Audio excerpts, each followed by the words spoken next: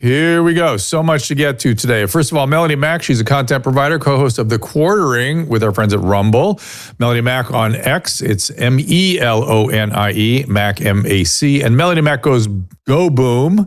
She runs that, focusing on gaming and social commentary. And one of the things she's going to talk to us about is her generation, the Gen Z, and the Gen Z so-called stare. I'm hearing Gen Zombie bantied about today. Excuse me, Dr. Chloe Carmichael will join she and I. Dr. Chloe is a clinical psychologist. I joined her on Timcast in West Virginia. She has a book, Can I Say That? That's coming out very short. I think it's maybe out now, but I strongly recommend you look at that. We've been talking about the capture of psychology. She's an advisor and fellow at the Independent Women's Forum.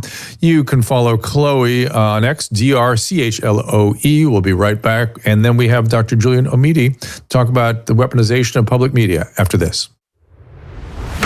Our laws, as it pertains to substances, are draconian and bizarre. The psychopaths start this way. He was an alcoholic because of social media and pornography, PTSD, love addiction, fentanyl and heroin. Ridiculous. I'm a doctor, for sake. Where the hell do you think I learned that? I'm just saying, you go to treatment before you kill people. I am a clinician. I observe things about these chemicals. Let's just deal with what's real. We used to get these calls on Loveline all the time. Educate adolescents and to prevent and to treat. If you have trouble you can't stop and you want help stop it, I can help. I got a lot to say. I got a lot more to say.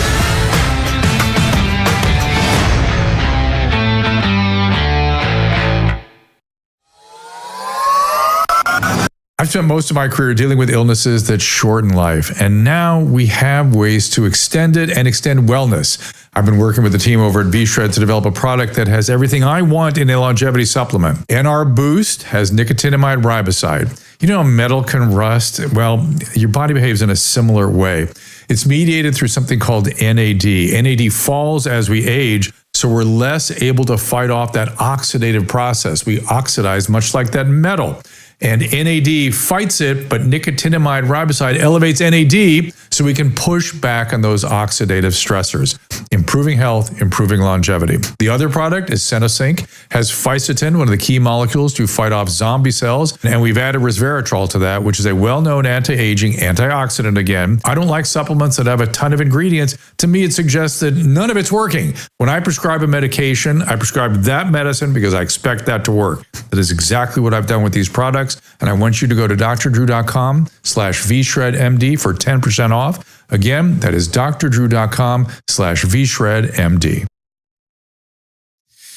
All right, let me get to everybody's particular here. I'm not sure if I got Chloe right. Chloe is Dr. Chloe _ on X and Instagram. So it's drdoctor, just DRCHLOE _ drchloe.com. The book, she's got a few, including Can I Say That? Why Free Speech Matters and How to Use It Fearlessly, is a comprehensive book of the importance. And she was telling me when we were on Timcast, there's Chloe, when you were saying to me on Timcast, it just poured out of you, which I always consider to be a great sign of a good book, because it's already in you and you're just going to communicate it to the world. Yeah, thanks. Honestly, it was like kind of a song in my heart. I had this experience of having kept a lot of things inside, you know, in the media. Sometimes you have to be careful what you say, or to get through school, to get a PhD, I had to be careful what I said. And then when I started speaking out about the masks, it was like a switch flipped. And I was like, you know, there's really something to be said for freedom of expression. And as a psychologist, I just wanted to let people know that you shouldn't, you know, I know it's scary with cancel culture, but suppression, repression, denial, those are not good things all the time. And so if there's something you want to say, it's time to be bold and say it. Is the book out now? Can they get it on Amazon, or is it coming out? Yeah, so if they go to freespeechtoday.com, because that's super easy, I wanted to make it easy because I know the whole thing's a mouthful. So freespeechtoday.com will take them to where they can pre-order it. It is on Amazon and other places. Yeah. And the more that people pre-order it, the more that, you know, bookstores and other places will stock it. And I was telling you that even though I'm a USA Today bestselling author and I had a really top agent, my agent dropped me when I said I wanted to write and talk about free speech. My big publisher said, Chloe, we love your work. We'd love to publish another book by you, but just not this one. And so it's a topic that I think people need to get behind. And so I'm so thankful to Skyhorse for publishing the book, same publishers, RFKJ and Melania Trump. I know Dr. Julian's coming in later as well. So yeah, I appreciate the support. And so if people want to check it out, they can go to freespeechtoday.com. Yes, the brains behind Skyhorse has been texting me lately, trying to get me to watch it. I'm trying to figure out how to do it, and it's like people on the East Coast forget how far away that is from California. So one of the things you and I were talking about in West Virginia was the capture of psychology, not just our ability to express ourselves freely. I think COVID taught everybody that. But give them a little primer, and then we'll get into the Gen Z stuff, and we'll get Melonie in here. But just a little primer on the capture of psychology.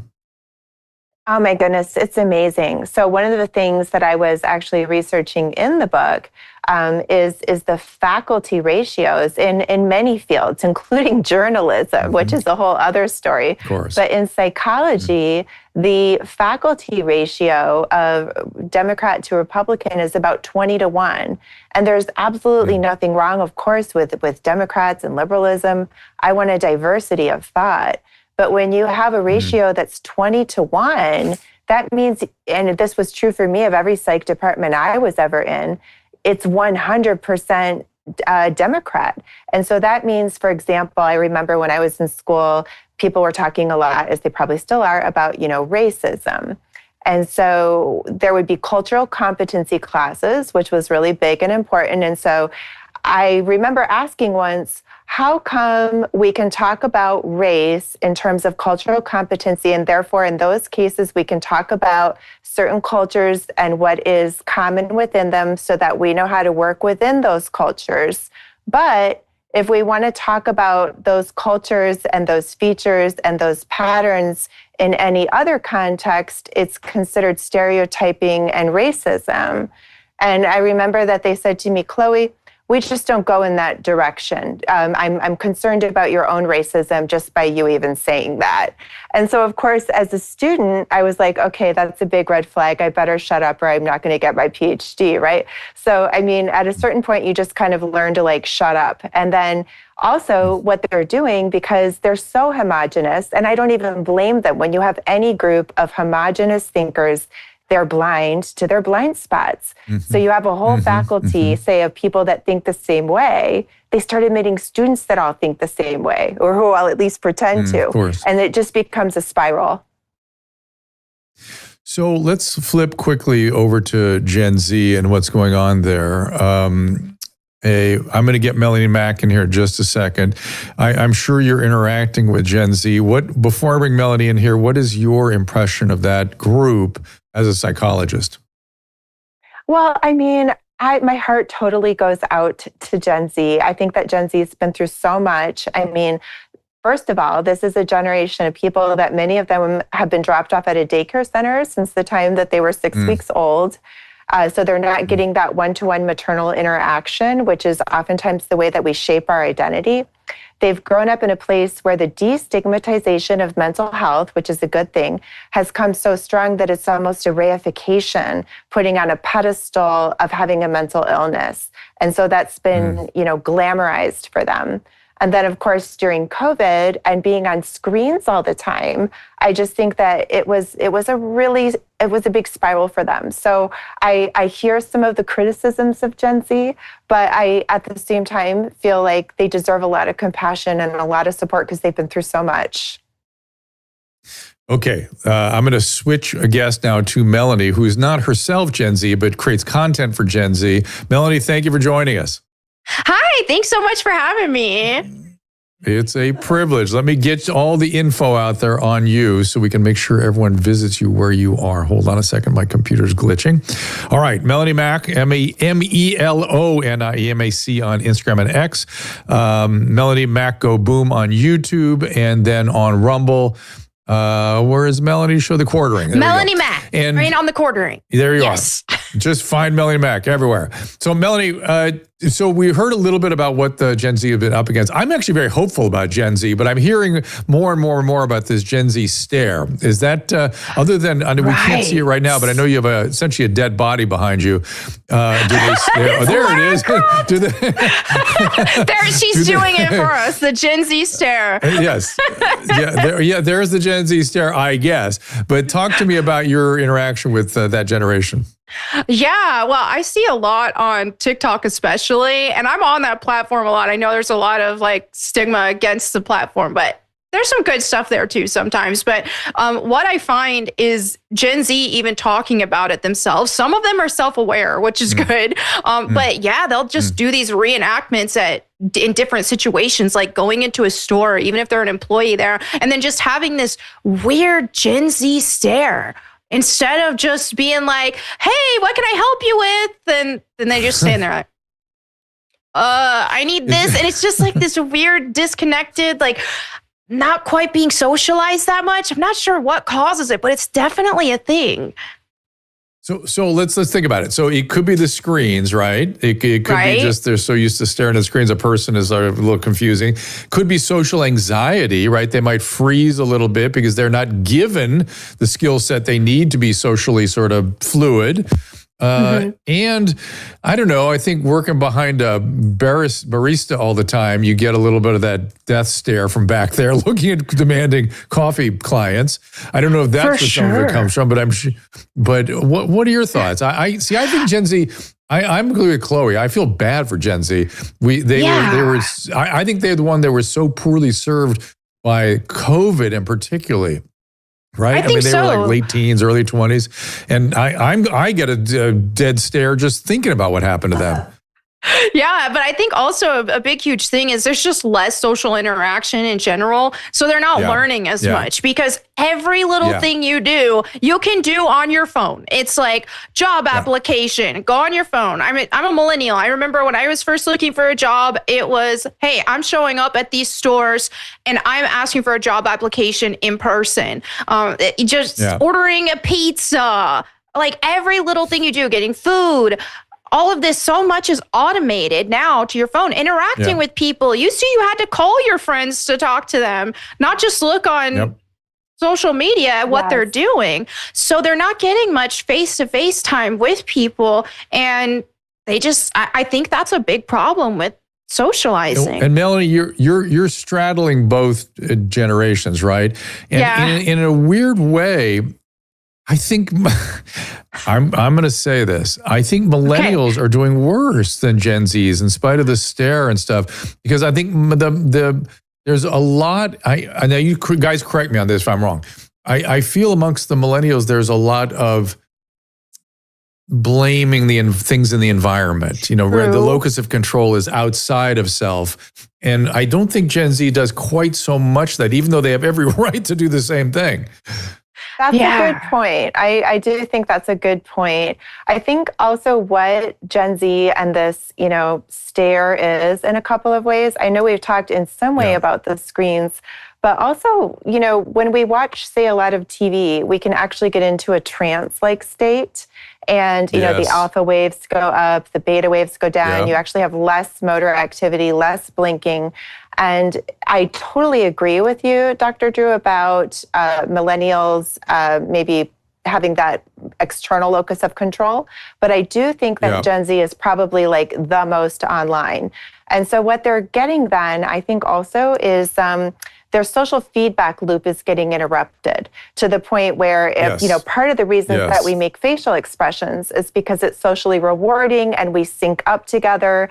But if you are the only one making social expressions, and everybody else is either in a mask or their face is buried in their phone or whatever, it becomes less rewarding to make them. And I wonder if it's almost like that social feedback loop is atrophying, for them on some level. That's a big deal because what is that social feedback loop? In other words, so much of the human emotional landscape is built on a reflected experience of our emotions being reflected back to us by another person, typically with facial expressions. And our brain is designed in such a way that we can pick up the movements of the tiniest muscles in our eye and around our mouth. And they signal things to us when we're kids, particularly, and throughout life and adolescence. Babies. Well, really, babies are the ones really zeroed in. You see our granddaughter doing it all the time.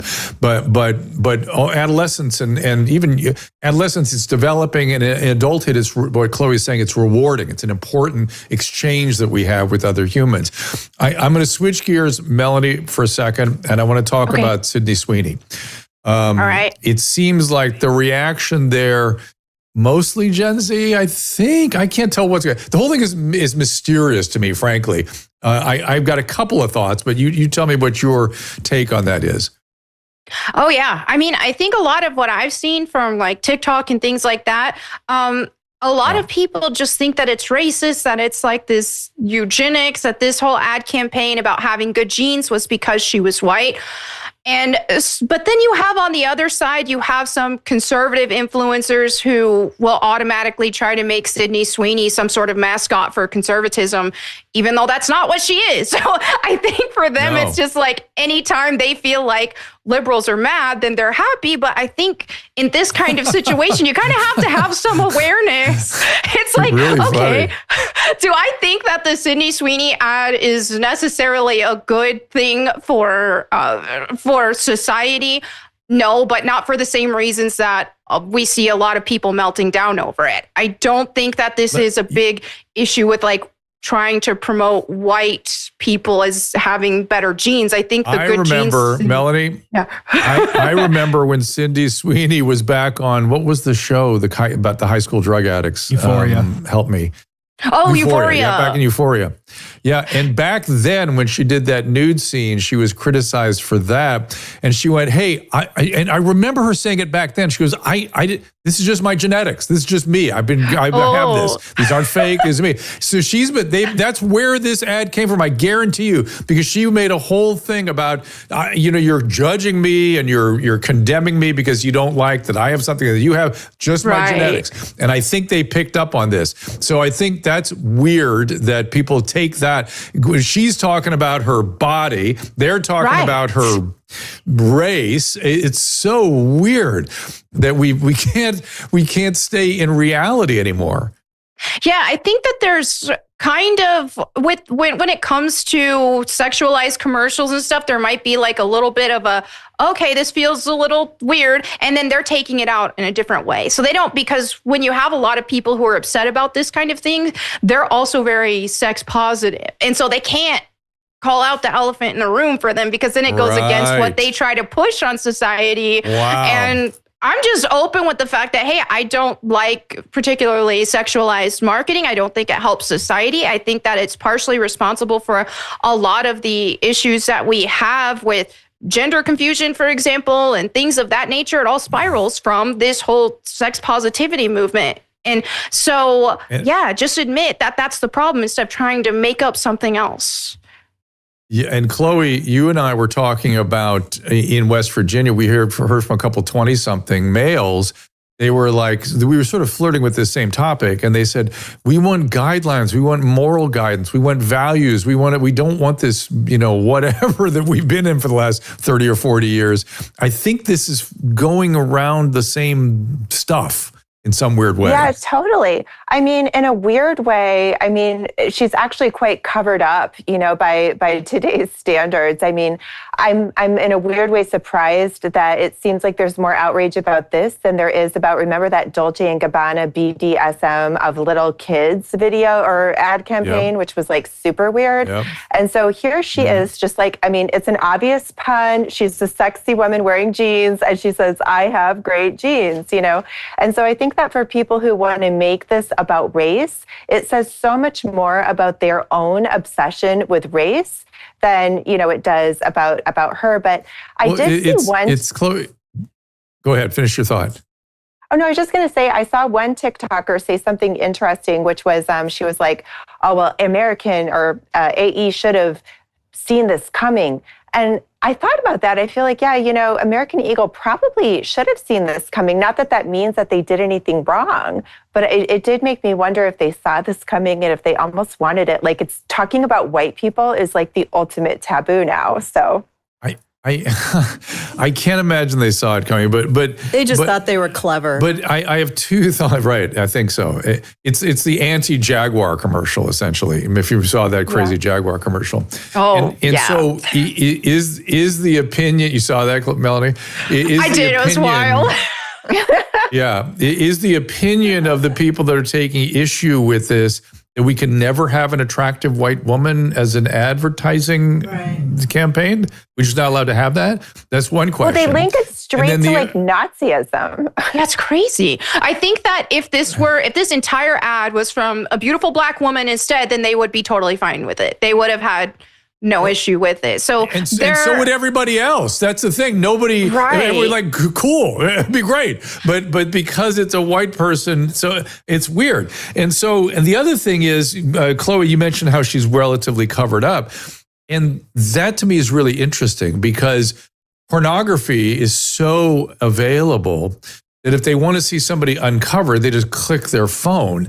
And so advertising can be more subdued and still be more kind of alluring. It's kind of interesting, right? Yeah, it's like less is more. And then even just her voice and everything and the whole thing, she's like super low key, but super sexy. But yeah, I think you hit the nail on the head when you said it's like the idea of like featuring a white woman in any way is, I feel like we've had a pendulum swing. I mean, I'm sure at one time it was like we saw nothing but white women featured in that way. And then it became this, kind of taboo.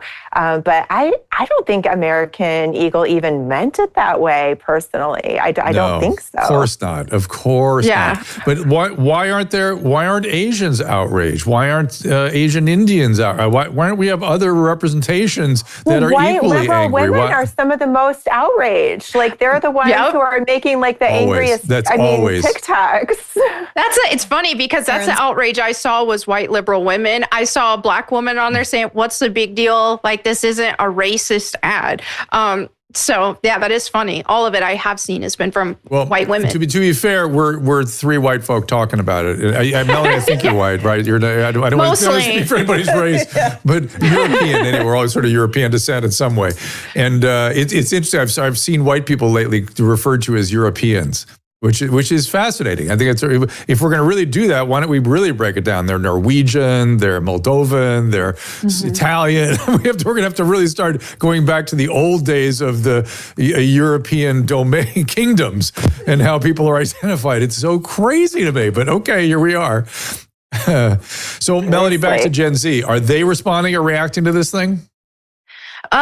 I mean, so far what I've seen has been mostly millennial white women. So I think going back to what you were saying, a lot of the problems Gen Z has is from millennials passing it down to them as well. And then talking about, like, for example, when you referred to the mental health glorification of having mental health problems and things like that. I think millennials started a lot of that. And a lot of what Gen Z are dealing with their social issues and their blank stares and this, that, and the other are a result of what millennials did. And millennials are also, I think, hugely responsible for hookup culture and promoting that. Say, hey, this is good, sexual liberation, all of this stuff. And now look at Gen Z trying to date. And it's insane because a lot of them are just opting out because it's like, wow, this is just, everything is just hookup culture. There's pornography that's glorified and rampant, and it's just making things really hard for them. So yes, we sometimes can laugh at what Gen Z is doing and their shortcomings, but a lot of that was inherited because millennials really dumped all that on them.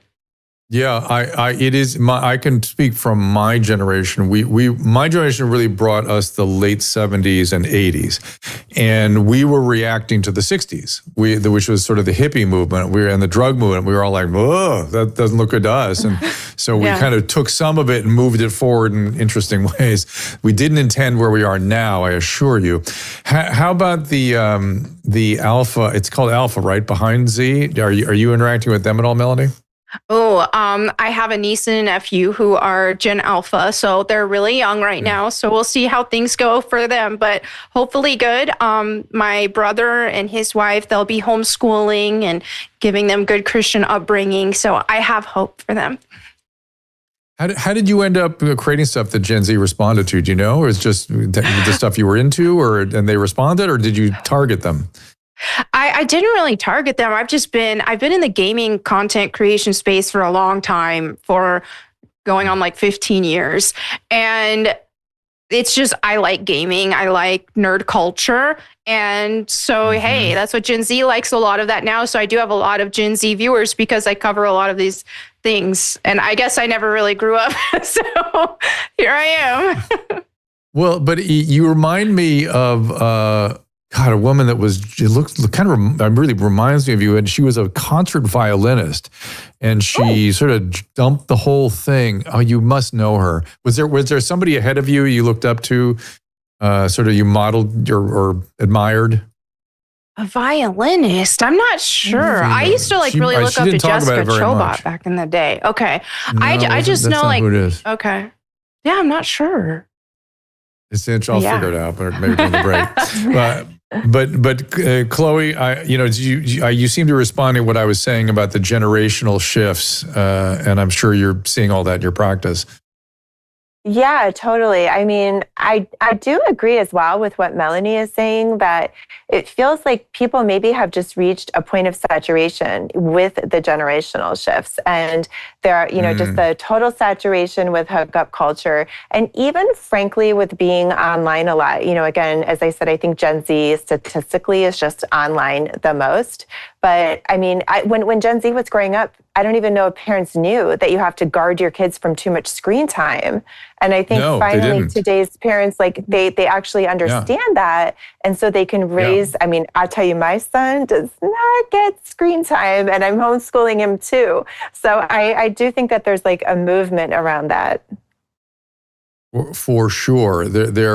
I was listening to a French psychologist, and she was saying, she has 4 kids, and the interviewer was going, well, how much time a day do your kids play on the phone or whatever? And she went none. And he's like, what? He goes, none. She goes, how's that possible? And it was well, that's good. Most psychologists I know that work with young people will dramatically restrict their kids' access to the phone. True. Is the person you're thinking of Lindsay Sterling? No. The violinist. Gosh. It's not Lindsay Sterling, and she's married, I think, she's married to somebody famous too. All right, the chat's trying to figure it out. The chat will get it. They'll figure it out. Well, keep at it. Keep dropping me. She doesn't talk about the violin thing. I sort of pried that out of her. Okay. She's a gamer. Anyway. Does the phone tell us how much screen time we have? Sure. How much? Yes, I hate looking at it. How do you find it on your phone? I was just trying to look it up. It's in the apps. I don't dare look at it. Search for screen. Just go on your phone, Susan, and search screen time. Okay. Just search for screen time. I want to compare Drew's. It'll actually also show you down by per app. Yeah. It'll tell you you spent this much time on X, this much time on YouTube. And by the way, if you noticed, what is it called, Chloe? Oh, I just wanted to say, speaking of capture, we were talking about capture, say, within the psychology field. I think there's also been capture within the pediatrics field about screen time. Because I remember during COVID, there was so much screen time that was going on, and the American Pediatric Association put out this guidance. I was just thinking of this because you mentioned somebody asked that woman how much screen time is okay. And the American Pediatrics Association during COVID put out this guidance saying X number of hours per week was fine, for 2-year-olds.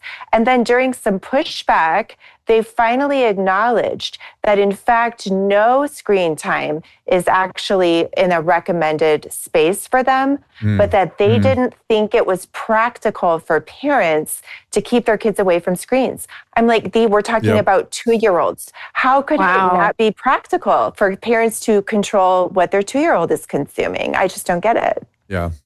Oh, well, it speaks volumes about the parenting style of the last 20 or 30 years, perhaps. Talk to me, Melonie, about the T app. And I guess there was some breach or something. Ooh. Tell me about this.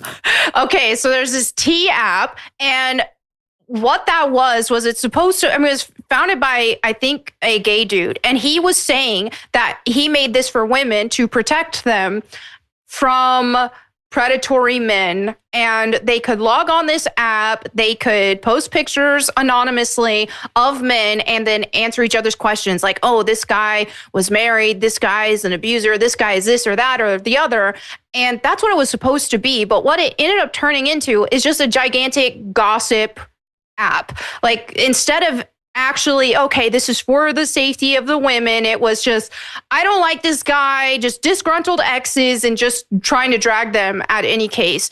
So what ended up happening was all of the resources that were uploaded, because even to get accepted in the app, you have to take a selfie so they can prove you're female. And all of this got uploaded and discovered on this 4chan website that's like a forum. And so, yeah, now all of the pictures of these girls are everywhere.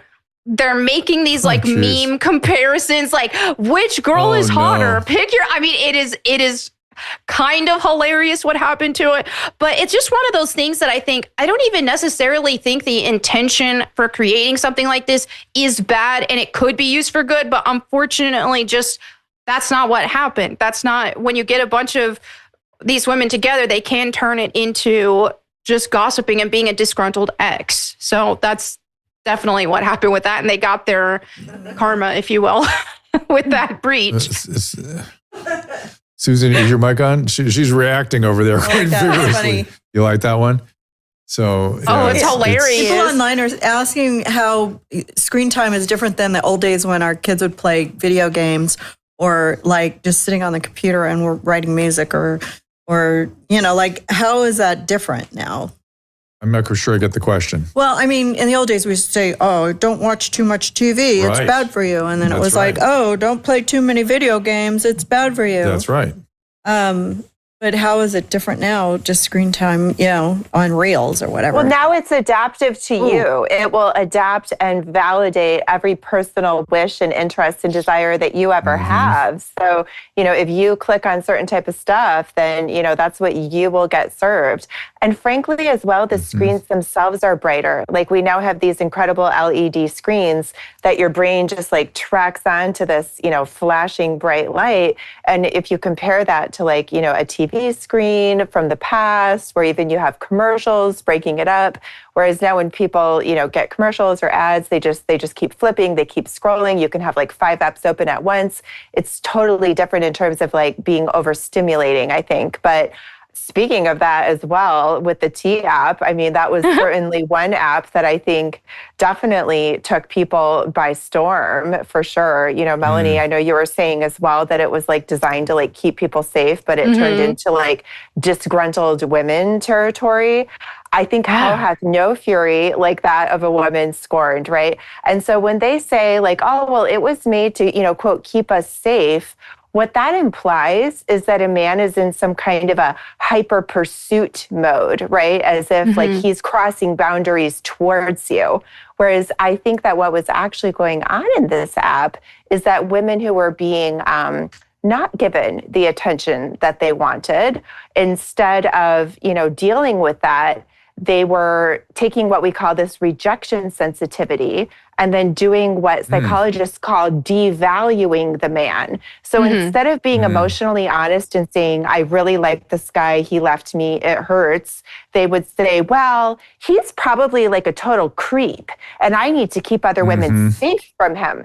Yes. And, so then they get on there. And for women, I was telling you this too, Dr. Drew, in Tim Pool's show, is that one of the ways that women show the need for dominance, which everybody has the need for dominance, and that's not always a bad thing, but women show the need for dominance sometimes through excessive nurturing, have another bite of soup, dear, eat all your food. And it's actually about being controlling. And I think that that's part of what's going on is they're oh, well, we're just women supporting women. We're just keeping each other safe. But what they're really doing is some serious mean girl stuff. And frankly, I wonder too, if it's if they're even always truthful, right? What if they really like a guy and they want to make sure no other woman clicks his profile on the dating apps? And so they post his picture and they say bad things.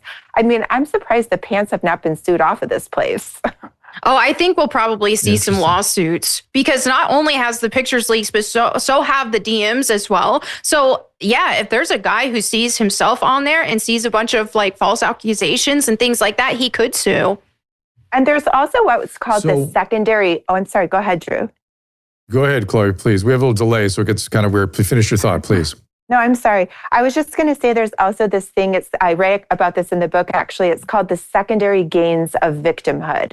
So like if you are the victim in our society, it's like we're in a victim economy. And so again, women can sometimes take this experience of like, instead of being dumped, then they're like, no, I'm a victim of this creep and everybody has to like, rally around me. So I think that Spill the Tea or whatever it's called app has probably got some of that stirred into it. Right. Well, let me wrap up by first going to Melonie and help me make sense of things. In other words, not make sense of things. Give me some optimism for the future. You obviously you like what you're doing. You interact with these Gen Zers. I'm an eternal optimist, but I'm getting worn down, and I want to hear your perspective on how we're gonna. I feel like Adam Carolla told me once, he goes, this whole thing's going to devolve into safe spaces and octagons. And now we have the President of the United States really planning to bring an octagon to the Rose Garden. So it's literally happening. But I feel like that's where we are now, and it needs to evolve from there even to get us through all this. What are your thoughts? I think we're starting to see a culture shift because things just went way too far to way big extremes. And one thing that's good about Gen Z is that they do have some level of self-awareness that I see because they'll even make fun of themselves and their generation for things like the Gen Z stare. So I think that there can be a lot of things that'll be fixed. And I think right now we're seeing a pushback between some of the more extremes that we're seeing in society. I'm seeing even women finally the young women finally starting to stand up against things like these men who are trying to claim that they're women and taking over female spaces. And so we're even seeing pushback on that I'm noticing on TikTok that you couldn't even say just a couple of years ago. So Gen Z's feeling a lot more bold, having people like Dr. Chloe who are speaking out against cancel culture and speaking about the importance of freedom of speech is really going to help embolden Gen Z even more. So I do think things are looking better and that we'll see a bit of a course correction. And give us a little primer of what's coming up on your shows. All right. I live stream every Wednesday evening at Melonie Mac Go Boom on YouTube or Melonie Mac on Rumble. So I'd love to see you guys there. And then I'm also on the Quarterings podcast, the Quartering on Rumble or Quartering Live on YouTube. Really appreciate you being here. Your positive attitude gives me hope, and you're giving us real reports in real time from the trenches, and we appreciate it very much. Thank you. And then Chloe, let's sort of finish out with a little bit of a clinical assessment. I mean, we spoke about the desperation of this circumstance when we were in West Virginia, and it's frustrating and it's tough, but it is as Melonie said, it is moving in the right direction, I think. I hope, I'm sort of seeing this whole thing as not just a battle, but an evolution. And the teams, the points of view are kind of separating. And that worries me a little bit. How are we going to get this all reintegrated again? Yeah. So, I mean, I really agree with what Melonie was saying, that free speech is really the cornerstone. When people can speak freely, they think better, they think more accurately, they think more sharply, they have better emotional regulation, they have better relationships, and then naturally they have better mental health. And to your point, Drew, about how people are getting separated, one of the things in the book, I see, thank you for putting it on screen, that I talk about in addition to learning how to speak up is how to listen resiliently. So for all sides, we not only need to learn how to say our piece, but we need to learn how to hear what somebody else says without feeling like it threatens our existence. Or, I've had people say, well, I'm afraid to really hear what that person says because I don't want to seem like I'm endorsing it or like I agree with it. I think we've been taught not to talk about politics because it's, quote, not polite, to the point where we've forgotten to talk about politics civilly. And so I think speaking out and telling the truth and being able to listen and hear each other, which I do believe the trending is towards, I'm an optimist right there with you. I think things are going in the right direction. And to give a little more of a finer point on the book, Chloe gets into the hidden dangers of free speech. And then, as she was just pointing out, the tools for open dialogue is a whole section in her book. And so it's a very much of a how to bring this to reality. So Chloe, thank you again. Great to see you. drchloe_ is X and drchloe.com. And hopefully we'll talk soon. Thanks. Yeah, the best way is freespeechtoday.com. Maha. There it is. There you go. All right. Coming up, Julian Omidi is coming in here. He exposes how NPR and PBS have been using taxpayer dollars to become campaigns against the administration. And he has rigorous research on this, written a book about it. And he will tell us about his experiences with all this right after this.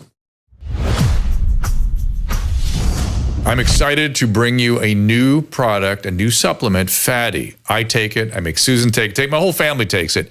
This comes out of, believe it or not, dolphin research. The Navy maintains a fleet of dolphins, and a brilliant veterinarian recognized that these dolphins sometimes developed a syndrome identical to our Alzheimer's disease. Those dolphins were deficient in a particular fatty acid. She replaced the fatty acid, and they didn't get the Alzheimer's. Humans have the same issue. And we are more deficient in this particular fatty acid than ever before. And a simple replacement of this fatty acid called C15 will help us prevent these syndromes. It's published in a recent journal called Metabolites. It's a new nutritional C15, pentadecanoic acid it's called. The deficiency that we are developing for C15 creates something called the cellular fragility syndrome. This is the first nutritional deficiency syndrome to be discovered in 75 years and may be affecting us in many ways, and as many as 1 in 3 of us. This is an important breakthrough. Take advantage of it. Go to fatty15.com/Dr. Drew to receive 15% off a 90-day starter kit subscription, or use code Dr. Drew at checkout for that 15% off, or just go to our website, drdrew.com/fatty15. Weight loss and gum loss, the wellness company's got you covered with new products. Drop. It's for aggressive appetite control. It comes in easy-to-use liquid drops. No prescription, no painful shot. It is an oral peptide called retatrutide. It actually mimics the way the body naturally loses weight, and it is designed to support faster, more focused weight loss when combined with healthy eating and exercise. And Smile is a breakthrough fluoride-free peptide toothpaste. It gently whitens and reverses gum loss, actually rebuilding tissue at its source with a proprietary blend of peptides, remineralizers, and soothing botanicals. Go to drdrew.com/TWC for more information on Drop and Smile, and check out another new and innovative solution for hair loss called Roots while you're there. That's drdrew.com/TWC for 10% off. Smell is sexy. Or sushi. Or Dr. Drupinski. What?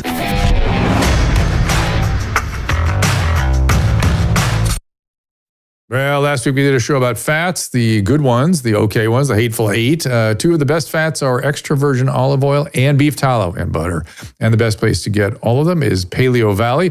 Polyphenol dense EVU is a cold pressed, their coffee is cold pressed just after. I'm sorry, the polyphenol dense, cold pressed, I believe that is I don't know the name of their olive oil. Okay. It's done just hours after harvest. It retains healthy benefits at their peak. It is meticulously sourced from a single organic valley in rural Greece. That's where the olives are grown. Unlike the store-bought stuff, it hasn't sat on the shelf, losing its antioxidant benefits. And it is not diluted or blended. And of course, their spectacular beef tallow, which we cook with here all the time. Sourced from grass-fed and finished beef, cattle raised on regenerative farms. And there are no pesticides or chemicals.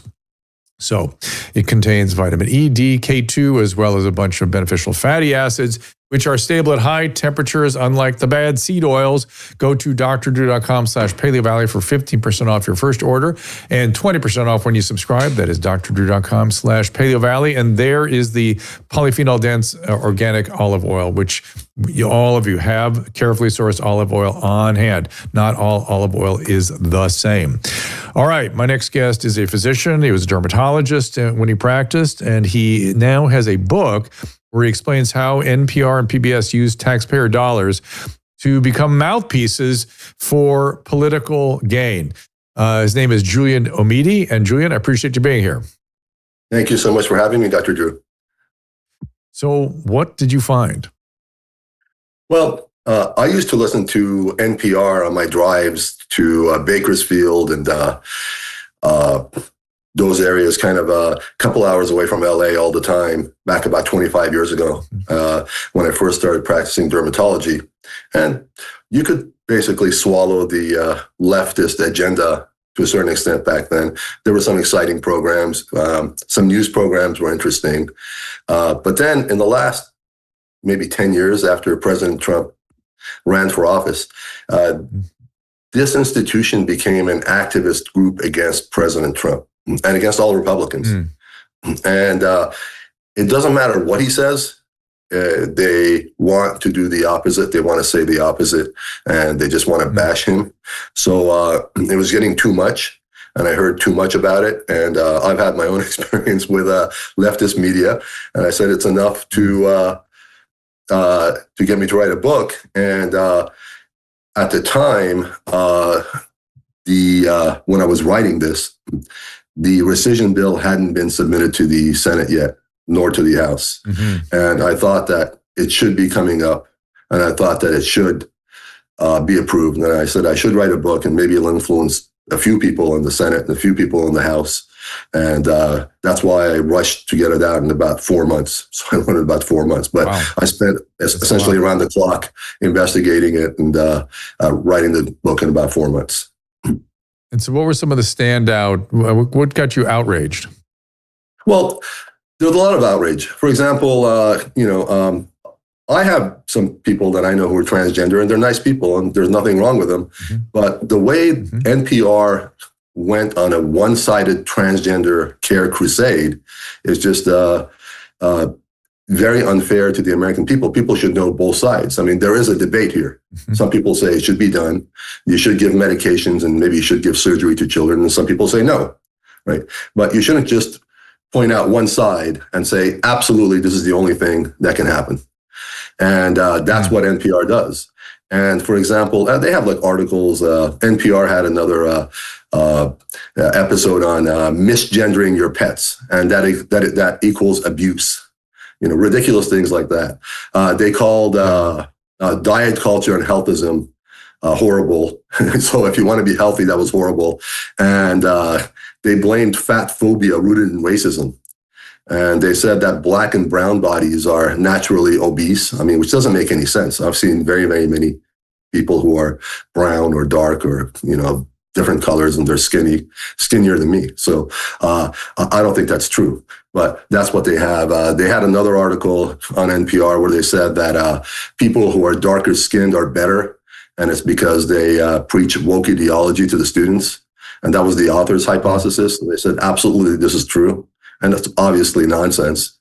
So those are the things that they try to teach, and they try to basically invoke woke propaganda, and they try to insert it in every single thing they do. And it's not just in their news programs, but it's also in their other programs. The problem is that it's not so apparent in the other programs, but when you start listening to PBS and NPR, you're invariably going to be exposed to the news programs, no matter what. So if you're listening to Sesame Street or whatever else, that's the issue. So it becomes indoctrination for people who really don't understand, who really maybe don't investigate. And I think it was improper. They had another article in NPR. They talked about, anti-Asian discrimination. And they said it didn't exist, even after the Supreme Court found that it did. And everybody knows it exists. So, but they said it had to do with legacy admissions, meaning people who had money that basically got their kids in. That was why the Asians were getting in. They weren't getting in. And maybe that's part of the problem, but there's also the affirmative action, which the Supreme Court found illegal. That was a different problem. So they were kind of mixing two ideas. and trying to basically say that there's no discrimination. So exactly. Being skinny promotes white supremacy. It's just horrible things. Now, coming up to President Trump, they were still saying that Biden had no mental problems, and they have a PBS editor who is also a co-host, and she was saying that everybody she's talked to in the Democratic Party, nobody noticed any problems with Biden except for that one debate, which is total nonsense. And they were still trying to perpetuate this lie. And I think that's a problem. But, at a very, very basic level, I don't think that government should be paying for media anyways. We have a free country here. We have a free press. So no one should pay for it because one side is going to be upset no matter what. So I don't think any side should be paying for it. Not only that, I mean, I don't know, I have kind of weird mixed feelings about the whole thing. I mean, on one hand, when we leave the media to the marketplace, you end up with some of the horrible stuff we've got in the so-called traditional media or mainstream media. So they're just, clamoring for eyes, saying crazy things just to get the eyes in there. So on one hand, it feels like there should be something that's sort of publicly supported, but I also don't want to be supporting something that would fail in the marketplace, who's free to just go whatever direction they want if the people don't want. I don't know. I have so many mixed feelings about it. It's a very strange thing. I guess in the day, when the day of the democratization of media with stuff like what we're doing right now, the market determines itself. You don't have to have a publicly funded thing, and you don't have to have a privately funded large-scale media. Absolutely. And, that was the original intent with public radio. They wanted to bring in arts and entertainment, and all of those things are laudable ideas. And I think if we could do that, it'd be great. But it ended up being just a left-wing hive where it's just left-wing propaganda. And it started from the very, very beginning, even, starting with the Nixon administration. And, they were delighting in Nixon's downfall, because Nixon wanted to end public radio. So there's a long history there, but the problem is that it just becomes politicized, and that if they could just focus on the arts or something else, then it'd be okay. Yeah. That's not good. Speaking of politicizing, you mentioned some of the gender treatment dogma that was out there. The one thing I have noticed and sort of COVID laid bare for me, which is that our profession, medicine, there is a playbook out there that people are using over and over again to capture. Chloe and I were talking about the capture of psychology a few minutes ago, but to capture how we practice medicine. I saw it writ large with the opioid epidemic, where the pain medicine world went around and mandated pain as the fifth vital sign through all the regulatory agencies, through the VA, through the state medical societies, and finally through our professional societies. Yeah. They capture every one of those, and that becomes, thus saith the Lord. Then a group of physicians is educated, and it becomes axiom, in addition to a mandate. COVID, same thing with lockdowns.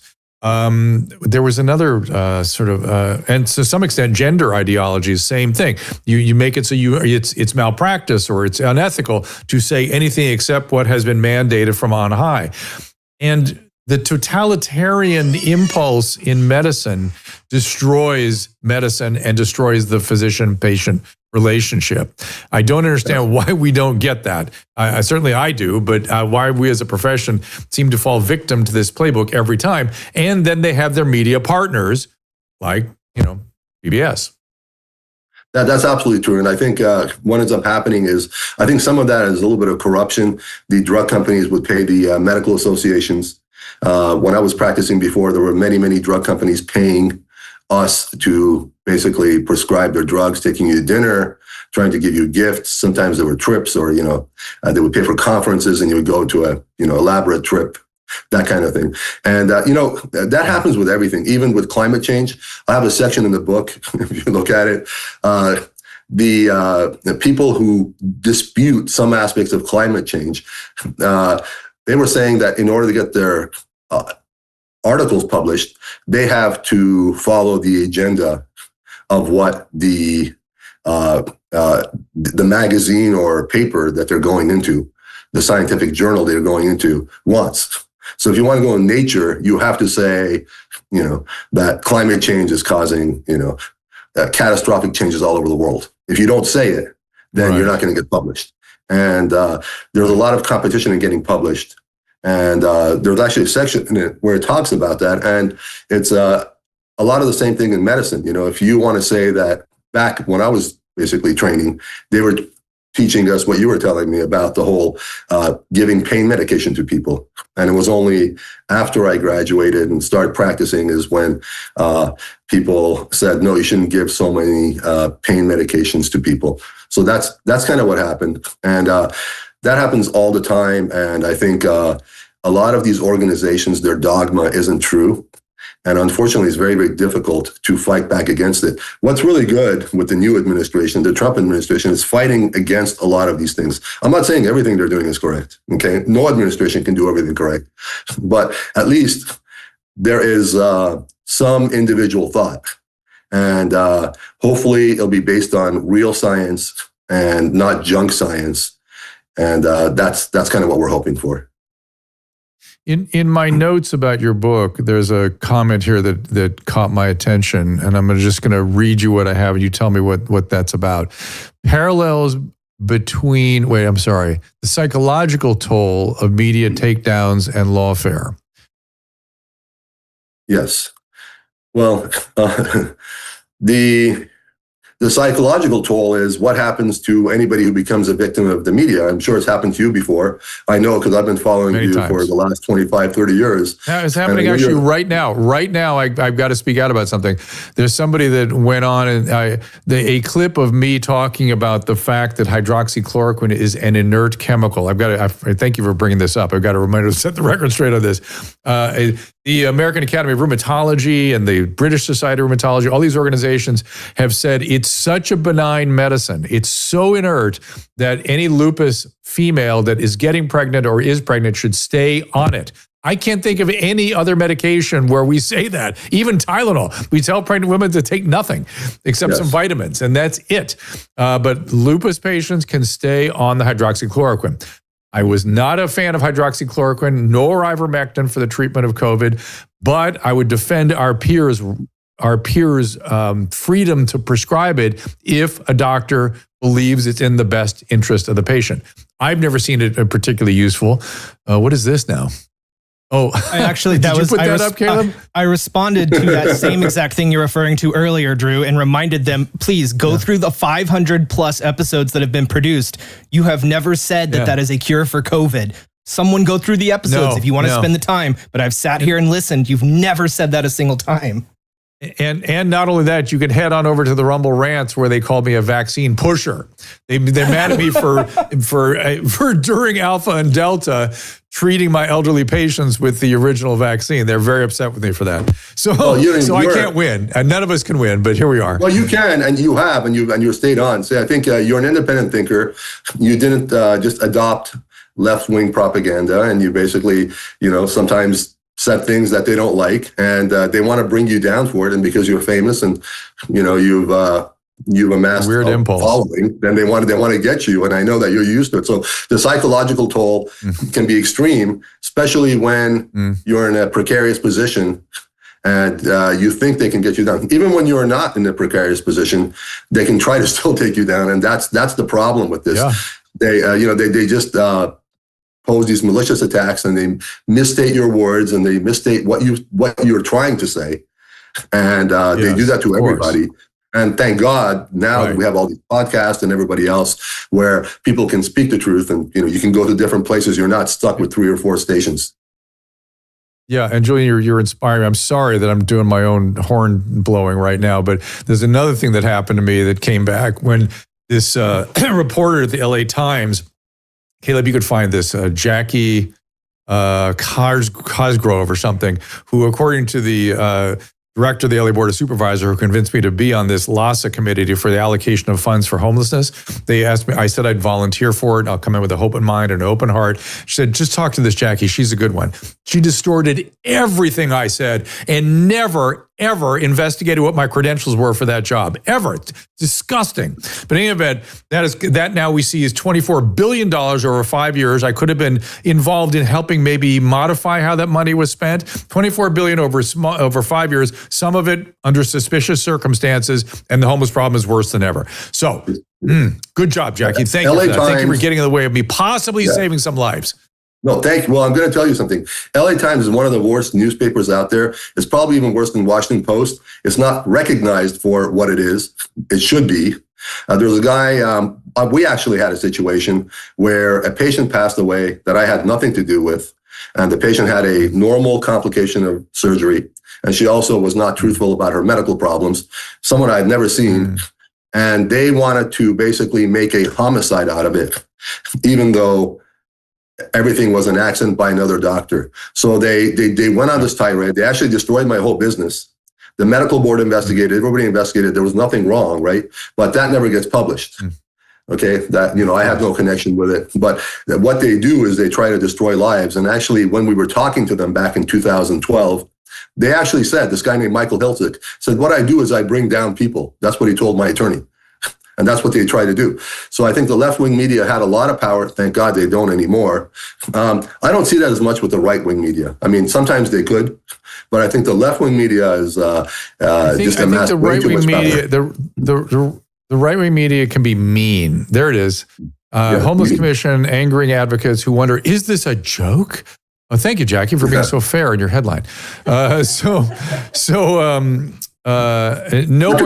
one thing. There's so much corruption in this homeless I'm a fellow at the American College of Physicians. I'm a fellow at the American Board of Addiction Medicine. 30 years working at a psychiatric hospital, 20 years as director of chemical dependency services in a freestanding psych facility. And she doesn't know any of this. None of it.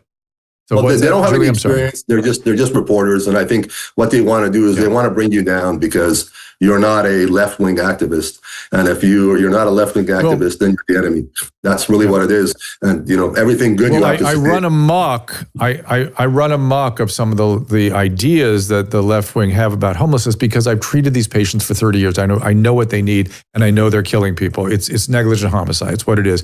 Also, you was mentioned that the right-wing media doesn't do it as much as left. The right-wing media can be mean. They can be downright mean where I'll do something and I'll be like, oh, I don't even like to be on the show where they're saying stuff like that.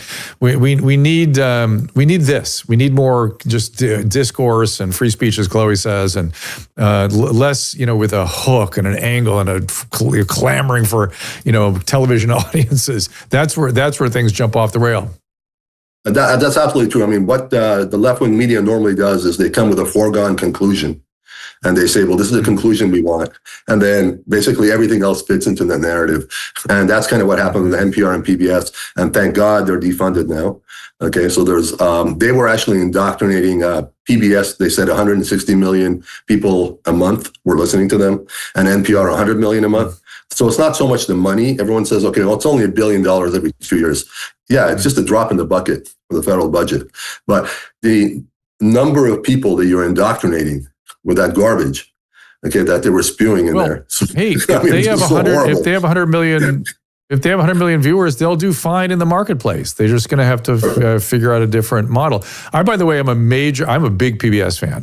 To be fair, I don't have the same experience of PBS that I do of NPR, where I listen sometimes to NPR, as you said, these days particularly, and you go, oh my gosh, let's hear another opinion too, another point of view. But no, you won't get it. Well, Julian, appreciate you being here. Where should people find you? You can go to Dr. Julian Omidi, but my book is Persecuting Trump, and that's the unfair weaponization book. And basically, you can find that on Amazon, and any support would be nice. I'm going to basically donate all the proceeds to a charity. I haven't decided which one. So, and again, it's Dr. Julian Omidi, OMIDI on .com. Thank you, Julian. Appreciate you being here. Thank you so much, Dr. Drew. Have a great day. And Caleb, thank you for putting up that post. The response to that hydroxychloroquine thing. How did that get received? So the dude came back and he was like, I have clips right here. I can prove that Drew said it. And neither of those are clips of you saying it. It's either a guest on the show saying it and then they clip off the part where you push back, or it's just some random appearance of you on someone else's show. Like, they have nothing because I know it doesn't exist because I make all the shows. I would at least say I'm not an enthusiast. I'm not an enthusiast for that combo, but I am.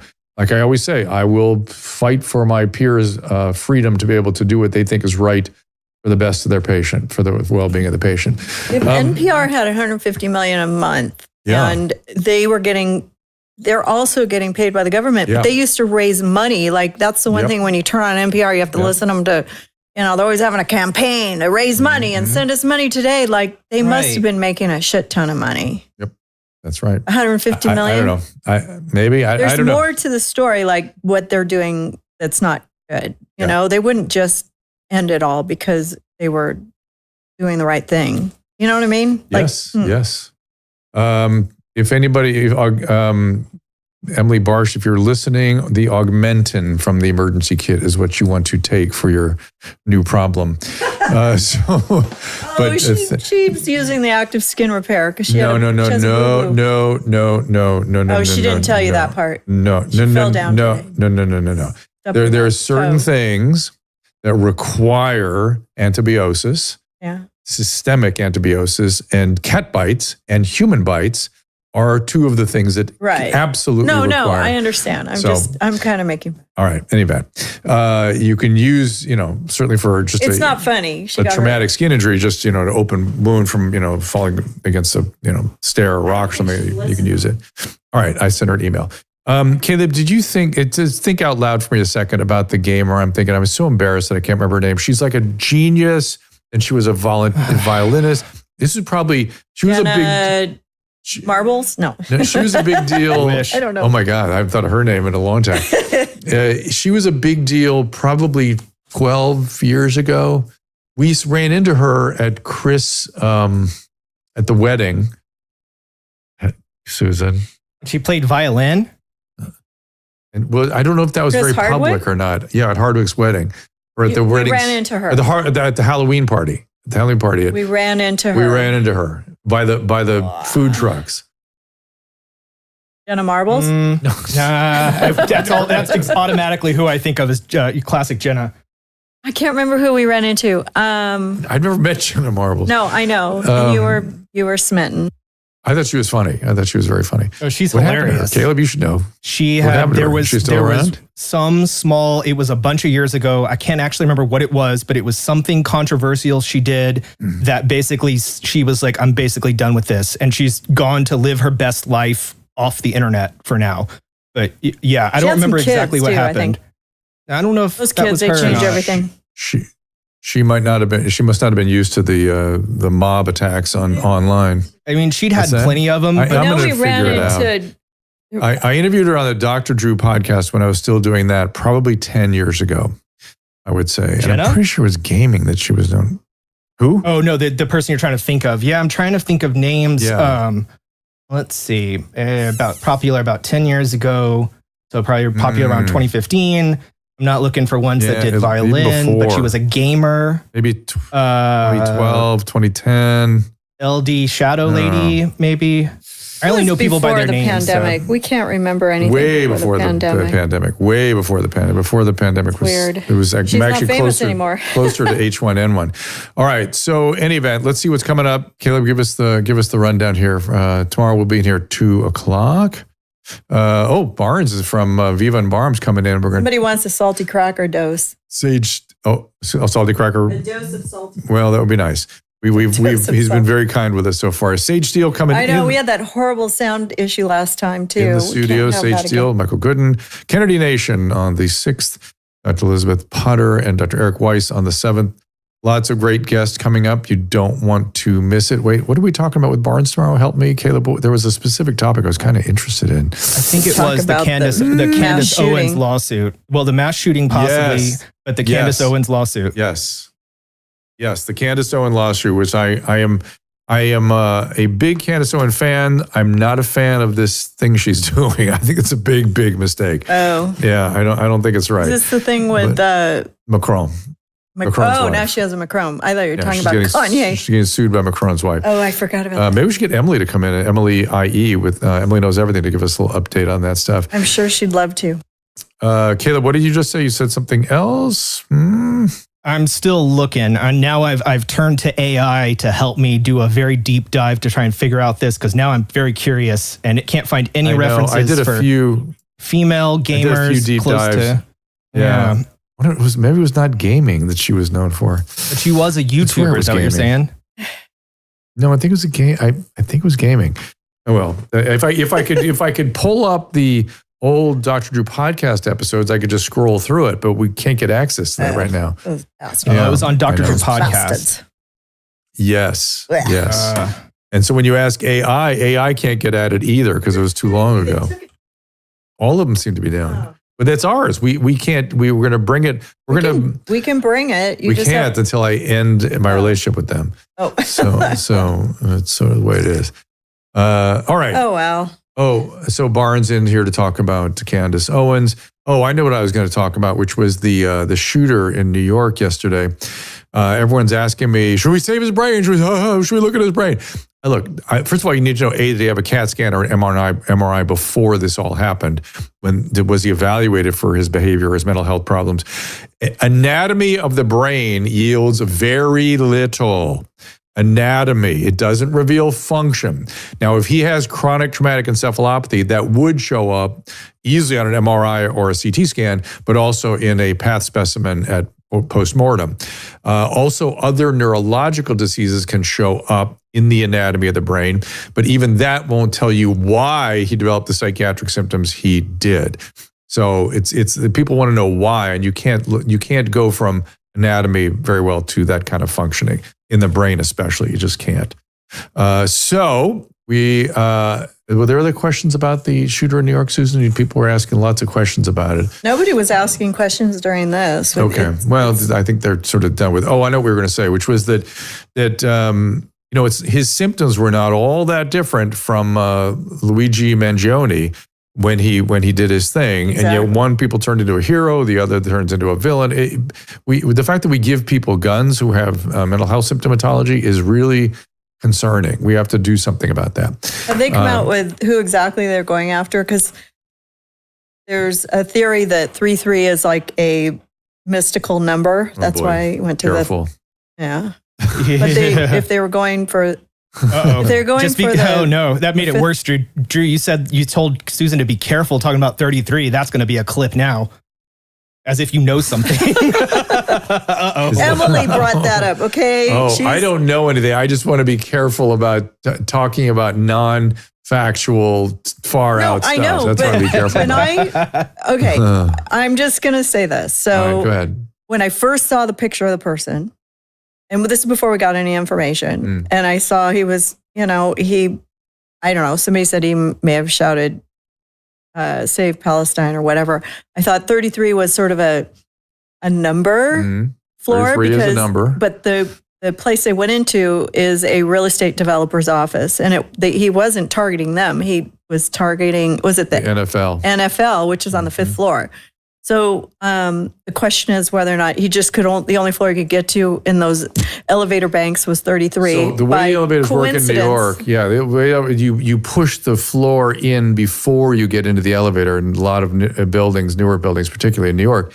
And it's you can mispunch it really easily. We've done it a million times. No, I know. Or you can only go to a certain floor, but right. But 33 is a Mason number according to Emily Hagan. A Mason number, which means what? I have no fucking idea.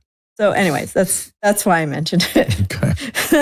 I'm not, I don't know, but it is 33. It is a double digit. So we do need to get Emily that knows everything in here to give us an update on this stuff. I don't know if she knows anything about this, but she thinks New York is scary now. This is a terrorist attack. This is not if it is a suicidality type thing or, fine, but it also has a hint of terrorism in it. So. Sure.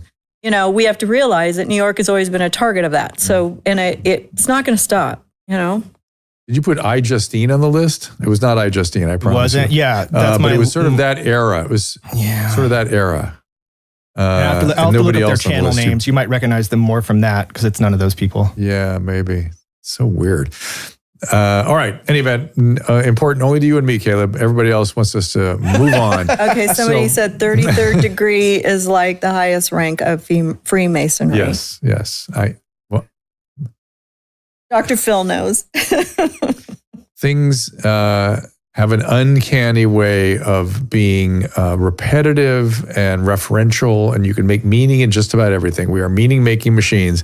So be very careful. Always look for real evidence before you draw any conclusions. No, I understand, and I get it. It's just, I don't know. I feel bad for those people, and my heart goes out to all the victims and their families and everybody who's mourning the loss. Just weird. The what, Caleb?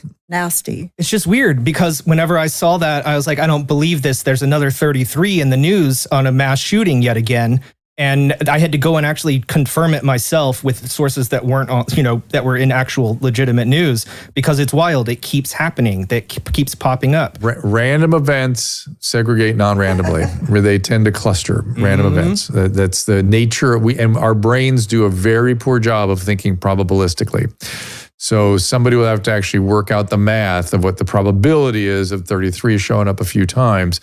You have to measure it against the probability of it not happening. It's complicated. So I don't want to get into it. I want to wrap it up. We appreciate our guest today, and we will see you tomorrow at 2 o'clock Pacific time.